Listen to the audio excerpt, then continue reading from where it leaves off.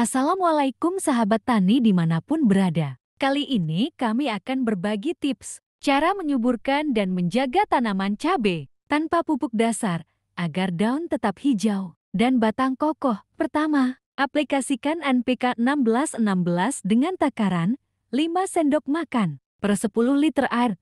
Tambahkan asam humat 2 sendok makan per 10 liter air. Lalu masukkan kalsium sebanyak 2 sendok makan dengan cara dikocorkan. Dosis 200 ml per tanaman. Setelah beberapa hari kemudian, dijamin tanaman sahabat tani daun akan menghijau dan batang kokoh.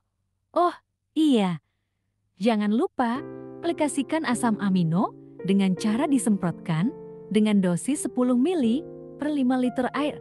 Selamat mencoba. Wassalam.